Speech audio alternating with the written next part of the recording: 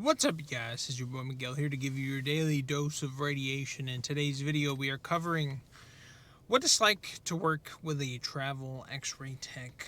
So, to give you context, I am a night shift X-ray tech. Been doing it for over 4 years as a night shift, and I work ungodly amount of overtime, so I dabble with both teams. And working with a travel tech, you will never know like what you're gonna get, depending if you're like next door with CAT scan or if they're with your actual department in the X-ray, or even if they're in different radiology aspects. Depending on the contract, it can vary. It can be weeks, months. I mean, it literally will vary depending on what kind of situation your hospital has going on.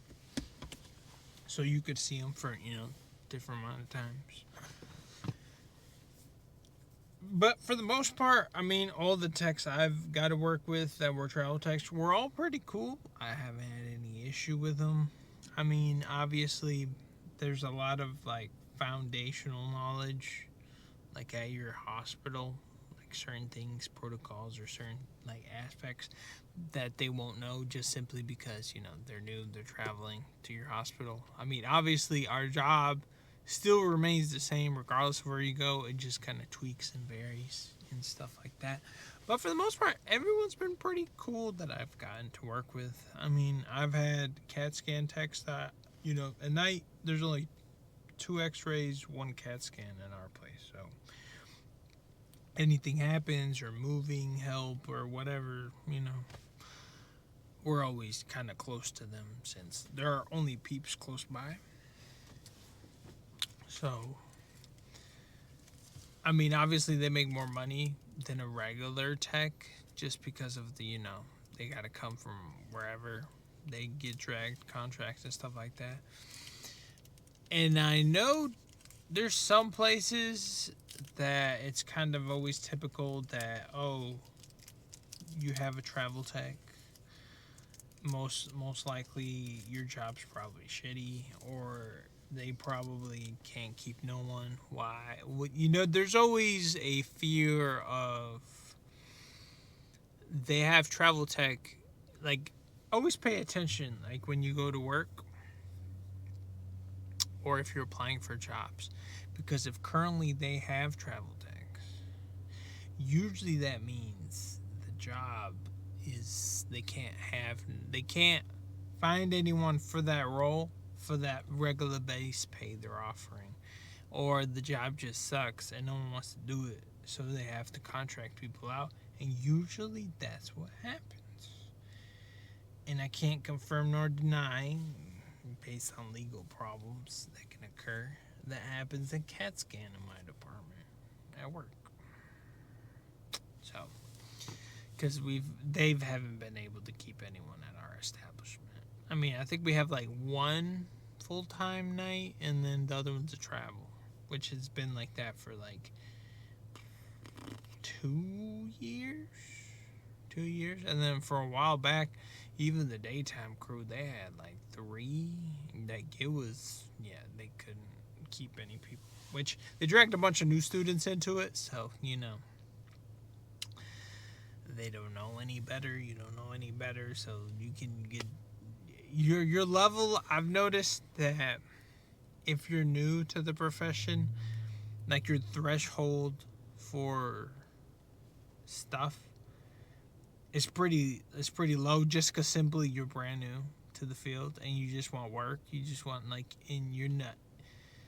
you just want to actually do work. So regardless of how much stuff's going on, you're still willing to do it.